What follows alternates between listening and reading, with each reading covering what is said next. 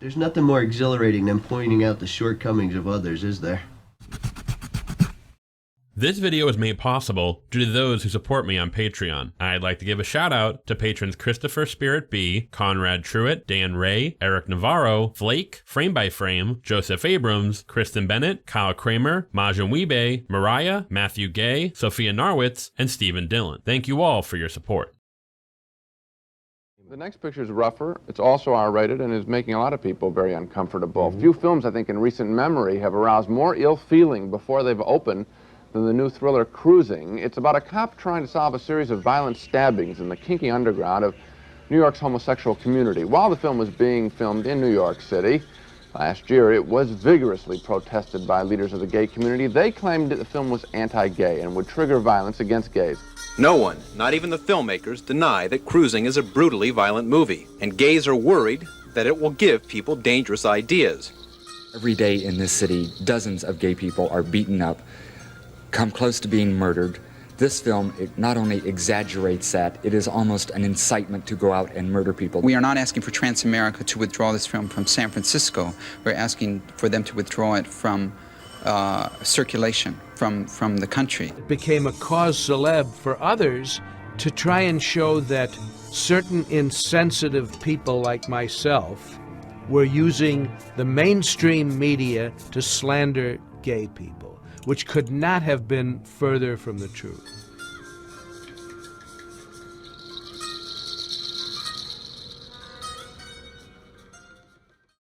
I first became aware of Cruising years ago when I was on a vintage Al Pacino binge, catching up on some of his films that I had slept on. But Cruising was the film that stuck with me the most, though not necessarily for the best of reasons. I've wanted to make a video on the film for a while, but couldn't narrow down the angle. Should I chronicle the insane chain of events that led to acclaimed director William Friedkin agreeing to make the film? Explain the protests by the LGBT community that sought to prevent its release? Maybe discuss the fact that the film's plot is basically incomprehensible, or how, upon the film's release, its thematic contentions intersected with the current attitudes towards homosexuality and what the consequences were. And then I was like, screw it, I'll just do it all in one video.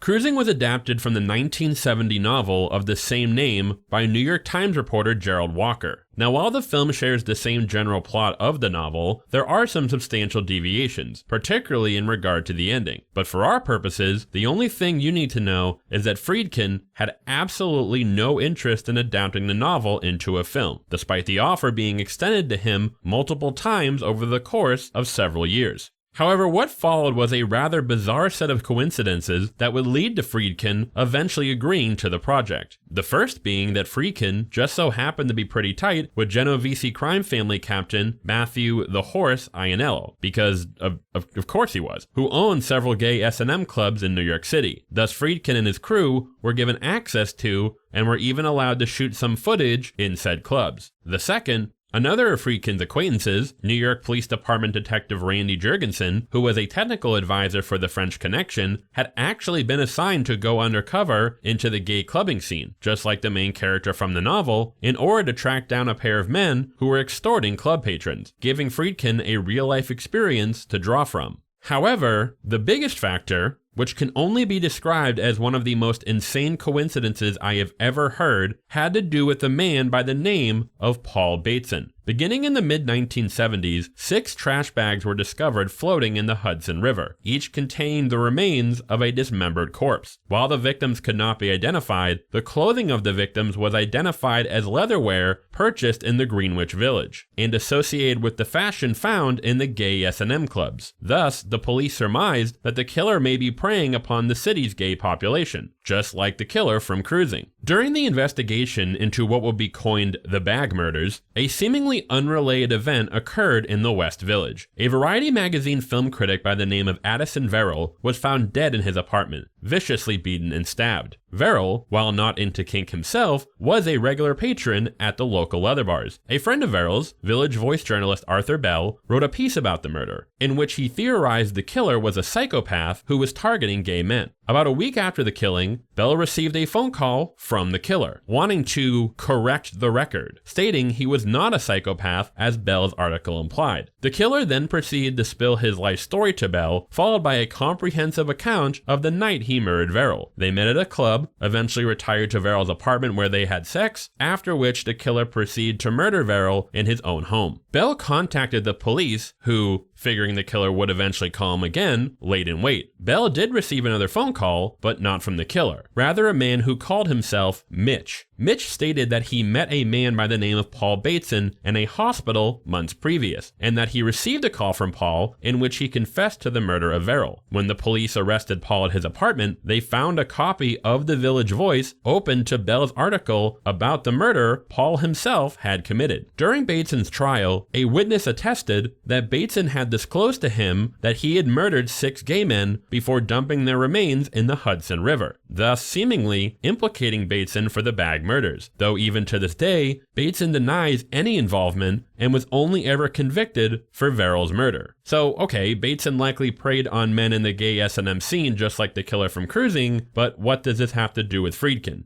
In 1972, Friedkin was making The Exorcist. There is a scene in the film where the demon-possessed Reagan is brought in for a cerebral angiogram to discover the cause of her erratic behavior. Friedkin wanted to shoot the scene as realistically as possible, thus he had Dr. Barton Lane of New York University's Medical Center act out the procedure himself on camera. In the scene, Lane also had his actual nurse and technician assisting him. That technician was none other than Paul Bateson. Chillingly, Bateson was said to have been a phenomenal technician, particularly praised by his colleagues for his bedside manner, especially with children. Upon reading of Bateson's arrest and his suspected involvement in the Bag murders, Friedkin, amazed that the kind young man he had met years ago on the set of The Exorcist was charged with such heinous crimes, went to see him at Rikers Island. And it was after this conversation, perhaps taking such an incredible coincidence as a sort of sign, Friedkin decided it was time to make Cruising.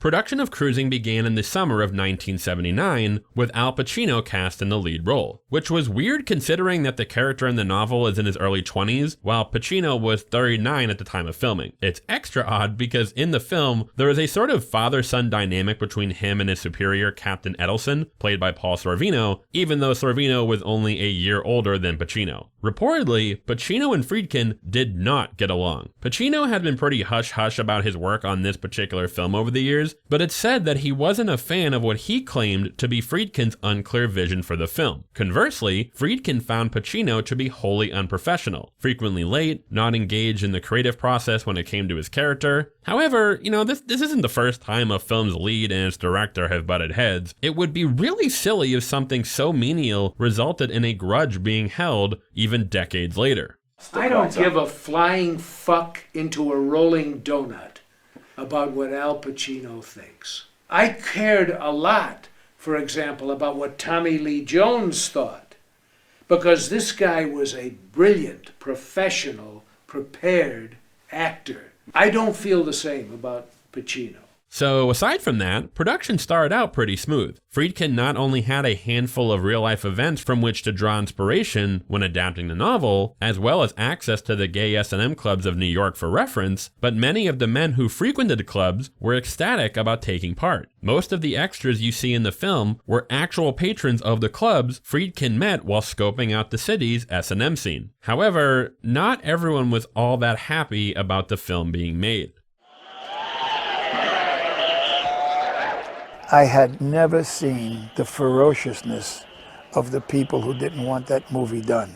Figure that most movies get 3 or 4 cops on a movie from the movie unit. We had 300 cops there. It was madness, total madness. The gay community was up in arms. During filming, a draft of the script was leaked, and it soon caught the attention of New York's gay community, many of whom were not too thrilled about, as they put it, the film's reliance on exploitative violence against gay men. One of the most vocal voices was none other than Arthur Bell. Bell, being a frequent reporter on violence towards gay men and the police department's evident indifference to it, was ferociously against the film. In a 2018 retrospect, Village Voice columnist Jason Bailey relays Bell's reporting on the film. Bell wrote that Cruising promises to be the most oppressive, ugly, bigoted look at homosexuality ever presented on the screen. Bell opined that Friedkin was not only playing with a keg of dynamite, he's throwing a match to it, and offered up a suggestion for action. I implore readers, gay, straight, liberal, radical, atheist, communist, or whatever, to give Friedkin and his production crew a terrible time if you spot them in your neighborhood. And that is exactly what they did. Throughout the summer of 1979, efforts were made by New York's gay community to disrupt the film's production. Numerous protests were organized, pamphlets were distributed, calls were made to City Hall to try and get the film's permits pulled. When these tactics failed to elicit their desired result, the protesters opted for more of a guerrilla style of disobedience. Groups would mobilize to disrupt filming any way they could, not limited to tossing cans, rocks, bottles, cutting film cables, even using mirrors to reflect the sun to distract actors while performing their scenes. Some even went so far as to make threatening phone calls to members of the crew as well as extras working on the film. However, the most effective method came in the form of messing with the film's audio. During filming, protesters would discover where scenes were taking place and create as much noise as possible, yelling, blowing whistles, even smashing pots and pans. Countless takes were ruined, and in the end, large portions of the film had to be completely redubbed in post-production. Despite this, by the end of the summer of 1979, production came to a close and the editing began. Well, despite picketing, graffiti, and vandalism, the movie entitled Cruising was completed, and it will be shown in San Francisco this weekend. San Francisco police and city officials will be in a state of readiness tomorrow, canceling police leaves and stationing extra people at several locations around the city. These precautions were announced tonight by Mayor Feinstein and Police Chief Murphy to prevent violence over the movie Cruising. That movie will be opening tomorrow at several locations around the city, and officials expect protests in the gay community over its showing. On the eve of the film's release, protests once again tried to prevent it from being shown, particularly in San Francisco. Rallies were organized, theaters were vandalized, protests were held at the offices of Transamerica, the parent company of distributor United Artists, to urge them to not show the film. Even San Francisco Mayor Dianne Feinstein made a direct plea to United Artists to forgo releasing the film, but in the end, they were undeterred. Despite this, theater chains throughout the city were none too thrilled about the film's impending release, seeing as at the time they were subject to the process of what is known as blind bidding. Basically, when it came to deciding which theater chains would show which films, said chains could only bid on titles in advance with little knowledge as to what the content of said film was. Thus, even though many theaters were hesitant to show Cruising after learning of the controversy surrounding it, they were contractually obligated to do so. One chain in particular, Mid-American Cinema, while obligated to show the film, hung notices in its theater lobbies, which began with the statement, "Cruising is a picture we sincerely wish we did not have to show." Despite these efforts by the gay community, in the end, Cruising was released on February 8th of 1980. So, how did it turn out? Let me ask you something. Have you ever had your cock sucked by a man? You gotta be kidding.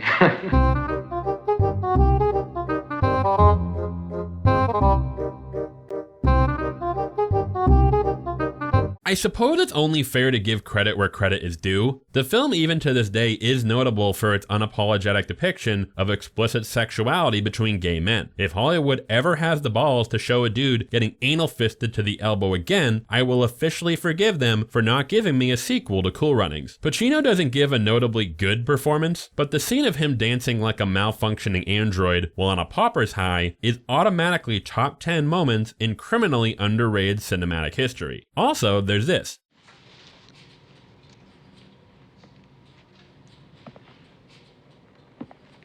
What the hell was that? Did he show you his knife?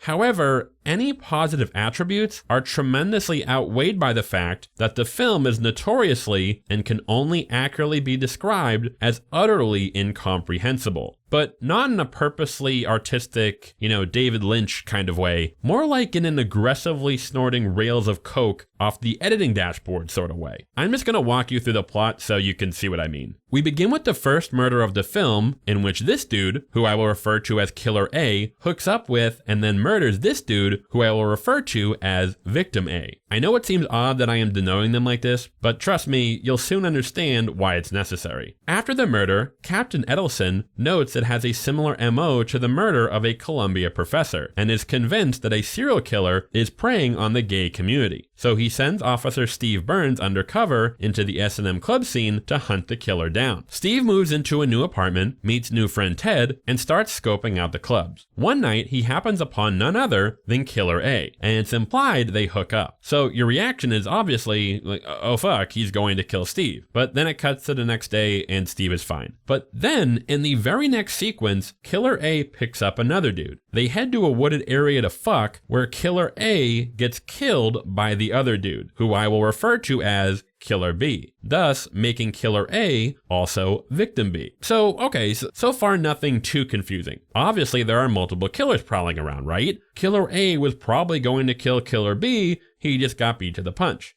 But then comes the third murder, where this man, Victim C, is visiting a porno theater when he looks up and spots a man through a puff of smoke wearing the same aviator shades that Killer A wore during the first murder and the same policeman's hat that Killer B wore during the second. Oh, okay, so this is clearly Killer B who must have stolen Killer A's shades, right? Well, two problems with that. So one, when Killer B stabs Victim B, you can see he is already wearing the shades that Killer A was wearing during the first murder. So the idea that he stole them from him after the murder doesn't make any sense. And two, if you pause right when the smoke clears, you can see that this person is actually Victim A.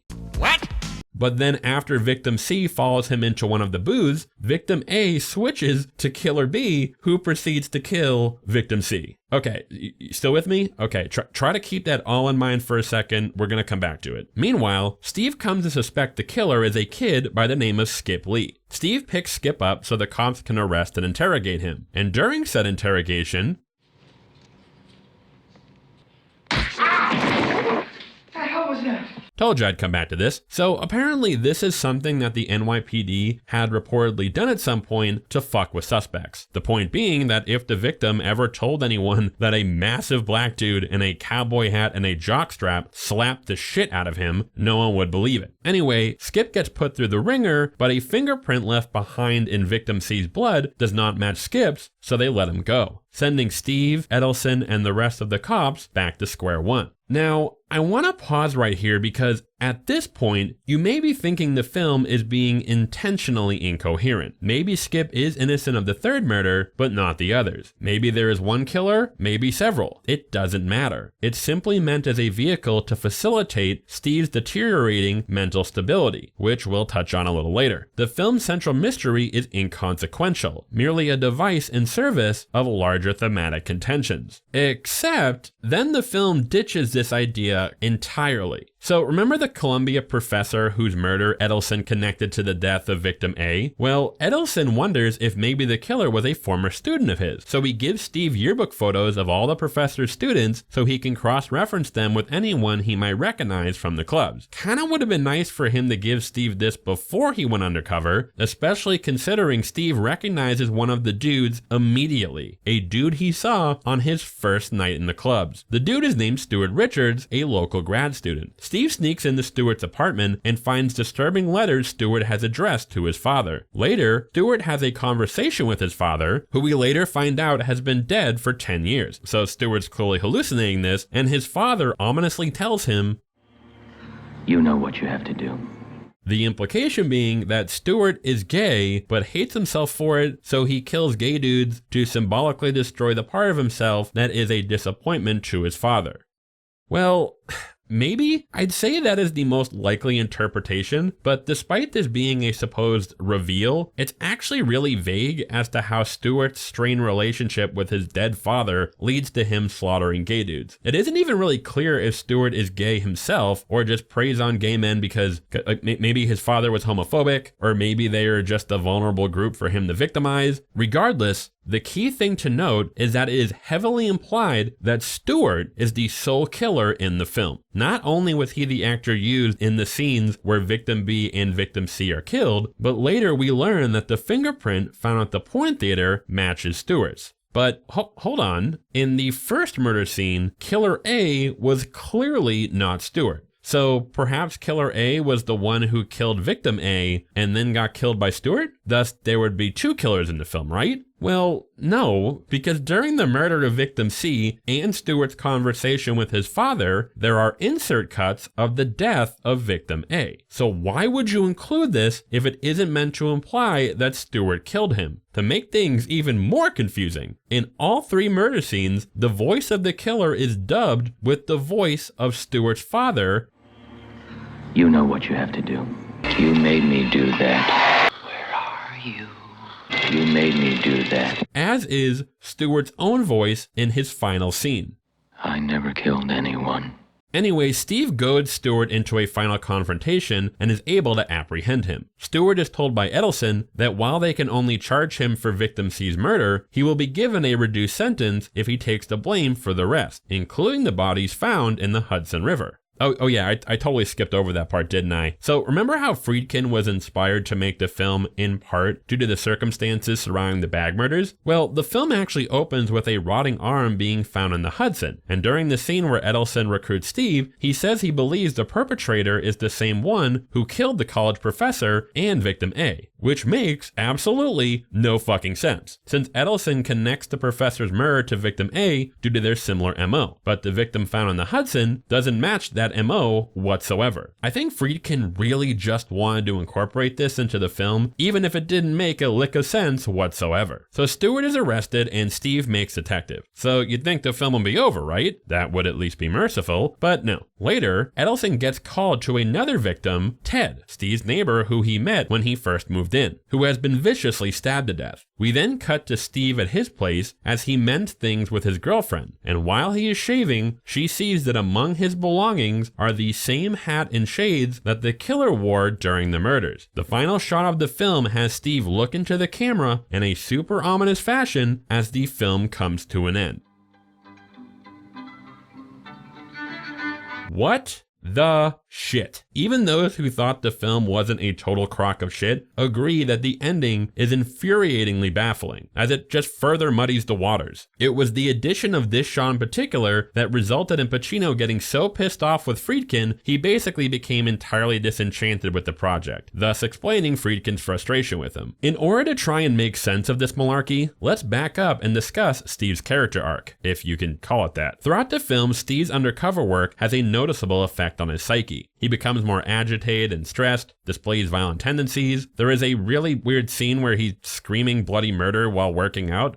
You know you're sliding down. It's putting strain on his relationship, it being implied that he isn't able to perform sexually with his girlfriend. The general interpretation is that throughout the film, Steve begins to question his own sexuality. He starts to enjoy the time he spends in the clubs, and perhaps even develops romantic feelings for Ted, which if this was the intention, it's horrifically underdeveloped, since they only share about 5 minutes of screen time. The film also draws parallels between Steve and Stewart, particularly a short exchange towards the beginning of the film where it is implied that Steve, like Stewart, has a strained relationship with his father. Thus, the implication is that Steve is in turmoil over his burgeoning homosexual feelings, so he kills Ted to in a way kill that part of himself, thus allowing him to patch things up with his girlfriend. But the final shot implies that those feelings may once again surface, and when they do, he will have to kill again. Or maybe not. Friedkin's own interpretation of the ending is frustratingly vague. Him stating in the making of documentary, what it's meant to suggest or to say is, when you look at someone, do you really know who they are? Do you know who I am? Do you know what I am? Do I know? And who are you?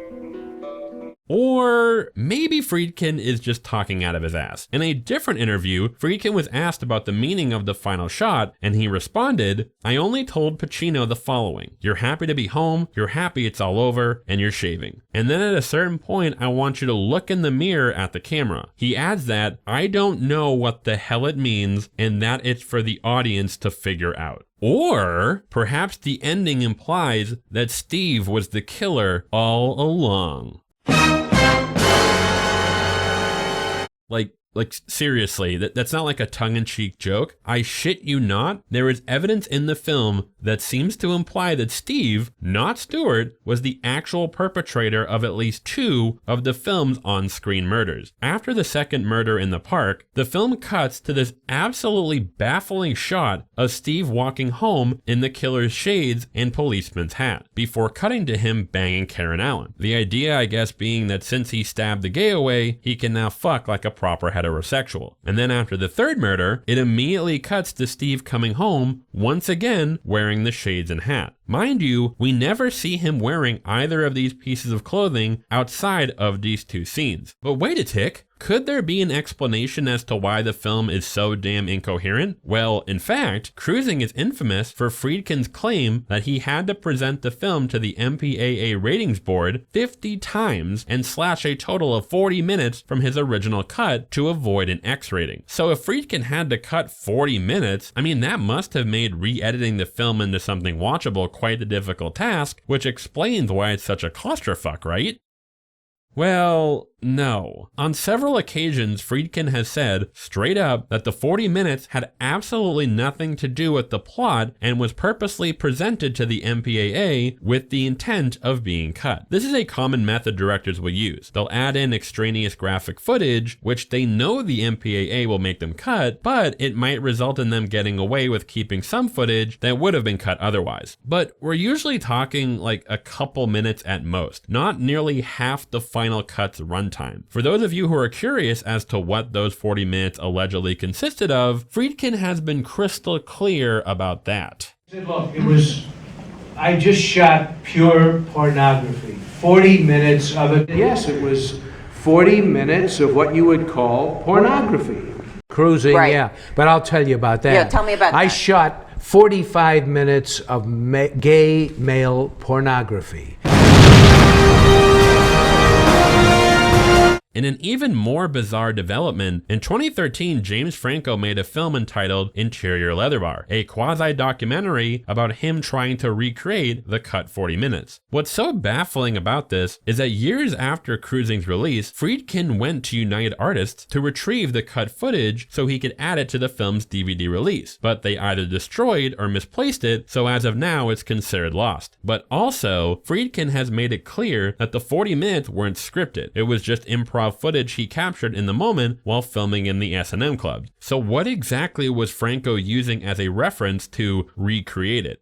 We spoke on the phone and he said, you know, I'm trying to do a film about the missing 40 minutes of Cruising. And he said, what were the missing 40 minutes?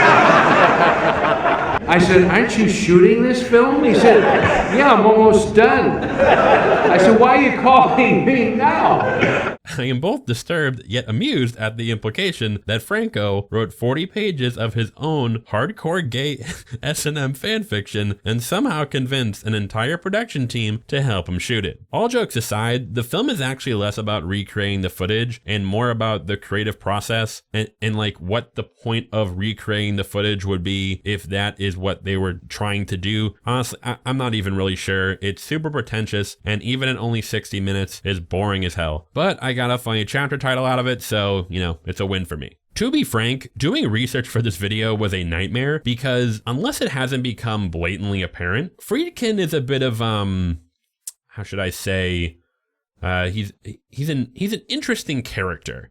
I don't give a rolling fuck into a flying donut. Given the sheer number of times I came across him contradicting his own accounts, I feel like I need to take everything he says with a basketball-sized grain of salt, thus trying to untangle the reason as to why the film was such an incoherent clusterfuck is itself an incoherent clusterfuck. I can't say exactly what led to the film being such a mess, but what I can say is that regardless of what Friedkin may state about the film's intentional incoherence, frankly, I just don't buy it. I could see a version of this film where the identity of the killer is left purposely ambiguous, but this isn't that. This is more like Friedkin just cheating, utilizing nonsensical editing to create a sense of artificial confusion and then hiding behind some vague master plan when the probable reality is that he had no idea what the ever-loving fuck he was shooting for. For all the controversy the film stirred up, all in all, it is a straight-up confounding piece of work.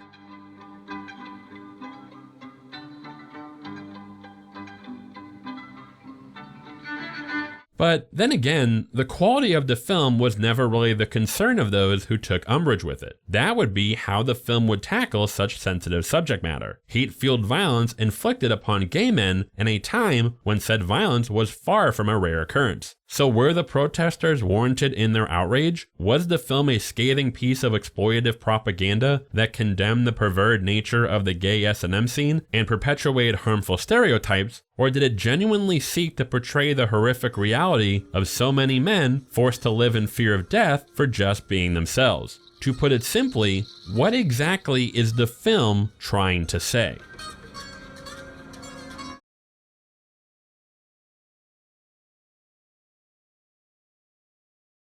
So up until now, I have been purposely vague as to the arguments those who protested the film made as to why it should not be released, since I felt there was a lot of groundwork that had to be laid. Friedkin's motivation to make the film, the reaction the film elicited from the gay community, and how it all turned out, in order to give context to what I would argue is the ultimate failure of the film. Simply given the film's premise, which is centered around the graphic murder of gay men, I am sure you can see why many in the community were against it from the get-go. Now, some may say that no topic should be restricted when it comes to art, and while I agree, I also believe as an artist, your work being reflected in the world around you, regardless of your intention, is inevitable. The reason I bring this up is because it is crucial to understand the environment into which this film was released, a time of rampant violence against the gay community. Bodies of slaughtered gay men were turning up in the Hudson. A gay film critic was found bludgeoned and stabbed to death in his own home. And the people of New York, especially the police, those who were supposed to protect them, were basically ambivalent to it. In addition, the film was released in the shadow of one of the most traumatic events in the history of the LGBT movement. We're now entering the second half of the program. The second half of our program will focus on Proposition 6, homosexuals in education. In November 1978, California state legislator John Briggs introduced to referendum the Briggs Initiative, also known as Proposition 6, which, if passed, would have effectively allowed public schools to bar gay and lesbian people from teaching. Yet due to the efforts of the LGBT community, spearheaded by the first openly gay man elected to public office, San Francisco Supervisor Harvey Milk, the bill was defeated, immediately becoming a watershed moment in the struggle for equality.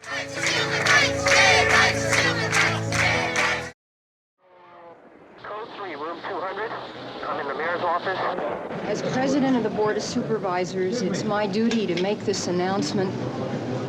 Both Mayor Moscone and Supervisor Harvey Milk have been shot and killed.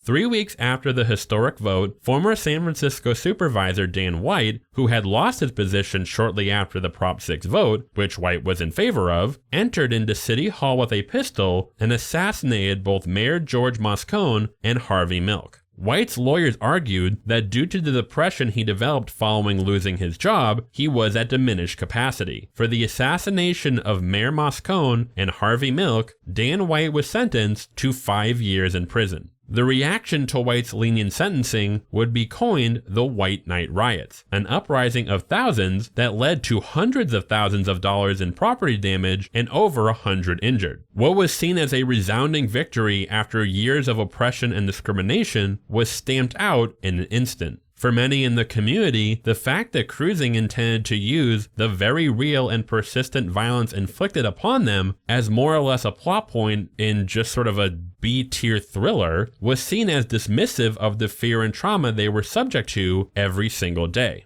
However, some may say that you cannot judge the film on its subject matter, rather how it goes about contending with it. Perhaps Cruising, by showcasing violence against gay men, sought to bring attention to such a pressing issue. However, when looking at the text of the film, I would argue it actually pushes a number of harmful ideas, whether intentionally or not. One thing the film I would say glosses over is that while it doesn't exactly frame the NYPD as all that friendly to the gay community, the police themselves were a significant source of the violence inflicted upon them. Throughout the 1960s 60s and 70s, the police would conduct raids on LGBT establishments, in which they would drag patrons from the club and arrest them on false charges of prostitution or indecency, sometimes even for not wearing appropriately gendered clothing. Raids would often result in patrons being harassed and beaten, eventually leading to the community retaliating, the most famous example being the Stonewall Rebellion of 1969. In addition, there is something to be said about whether or not this particular pocket of the gay world, the S&M club scene, would be seen as representative of the community as a whole. The only gay character in the film shown outside the S&M club scene is Ted, who only gets, like I said, about 5 minutes of screen time, isn't even in the entire second half of the film, and then gets viciously murdered in the film's finale. The other minor gay characters aren't given much development and or more or less just exist to be victimized. Now, those involved with the project have, on multiple occasions, clarified that the film was simply an exploration of this one subset of the community and did not mean to represent the entirety, something that is explicitly stated in the film itself.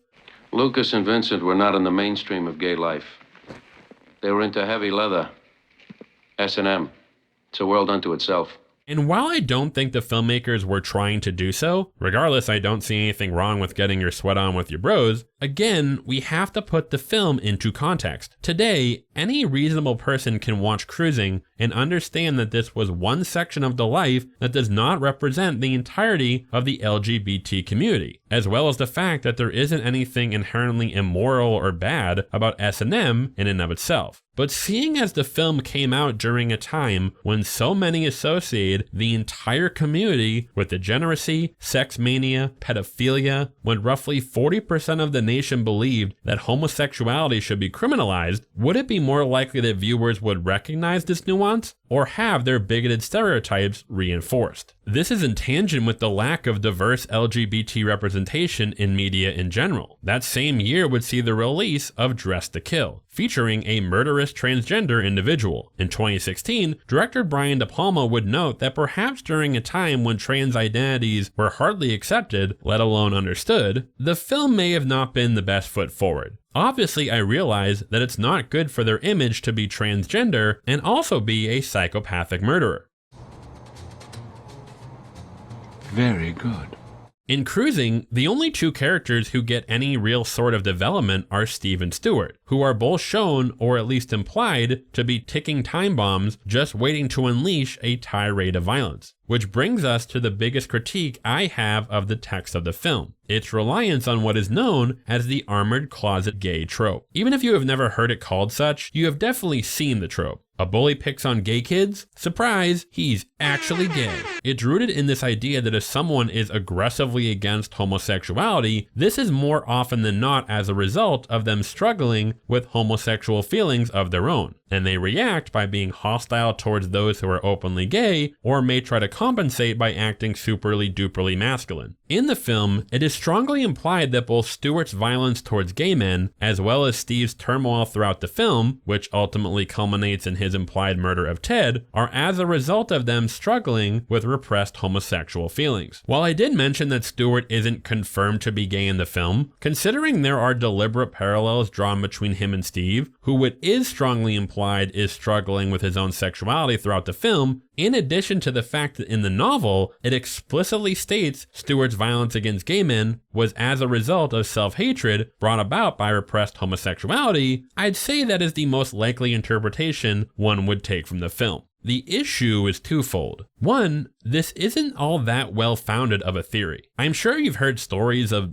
some super homophobic politician or a conversion therapy leader ending up actually being gay themselves, or maybe have come across a study connecting homophobic attitudes with repressed homosexual feelings. But these are either rare cases propped up due to selection bias or based on flimsy and inconclusive research. That isn't to say that this doesn't happen, but were all the cops who dragged and beat gay bar and club patrons secretly struggling with their own sexuality? Are all those who believe homosexuality is an evil sin, even to this day, simply struggling with burgeoning gay feelings? The idea that the root or source of the predominance of homophobia is repressed homosexuality is really just ludicrous, and the idea that this would explode into frenzied violence is even more more so. While Paul Bateson was gay, there's nothing to suggest his victimization of gay men had anything to do with feelings of guilt in regard to being so. And yet, despite this narrative is constantly trod out even to this day. Even at the beginning of the film, when two police officers harass a pair of gay hustlers, they proceed to extort them for sex, and one of the cops is later seen at the gay clubs. Today, perhaps we could say the film works as a critique on how the demonization of homosexuality and the perpetuation of toxic masculinity can lead to gay men adopting self-hatred, which can lead to bad outcomes. However, again, context. At the time of release, gay men were seen as deviants, perverts, a segment of society to be feared. Not only could the film be read as implying that every gay man is potentially a vicious killer, but, and this goes for the armored closeted gay trope as a whole, that violence inflicted upon the gay community is perpetuated primarily by those who belong to said community, in a sense laying the blame for their own oppression on themselves. This is particularly notable, seeing as Cruising was released a year before the very first cases of AIDS were reported within the USA. The AIDS epidemic would claim the lives of thousands before the powers that be would take sufficient action to address it. President Ronald Reagan would not even publicly speak the term AIDS until September of 1985. This delayed response was in large part due to its prevalence among the gay community. It wasn't seen as a public health issue, rather a gay issue. I mean, it was their fault, wasn't it? It was clearly as a result of their own behavior, the lifestyle they chose. In two separate Gallup polls in 1987, roughly half of Americans agreed that it was people's own fault if they got AIDS, and that most people with AIDS had only themselves to blame. Between 43 and 44% of Americans in 1987 and 1988 believed that AIDS might be God's punishment for immoral sexual behavior. It was the idea that the disease was an insulated problem brought about by immoral, deviant behavior that was largely responsible for the indifference the administration initially expressed towards addressing it, which is cited as the reason why the crisis developed into such a deadly catastrophe. Looking back, it's chilling watching the film and to see the men who worked as extras on the film and wonder how many of these men are no longer with us due to the indifference of those who were supposed to protect them. Now, to be clear, I am not saying that Friedkin should not have had the right to make Cruising, nor am I saying that those who protested the film were emblematic of the entire community. Many in the community contended that they felt the protests against the film were inherently anti-S&M, and that censoring the film would, in effect, be bowing to the homophobes. But by making a film that openly displayed gay sexuality, it was a proper fuck you to a society that would rather they remain in the shadows. However, my frustration with Friedkin and the film itself, what I denote as the biggest failure of the film, has more to do with the question I posed earlier. In a time when violence against the gay community was rampant, when legislation was being introduced to strip them of their rights, all of which was met with utter indifference by those in power, what did the film have to say about it?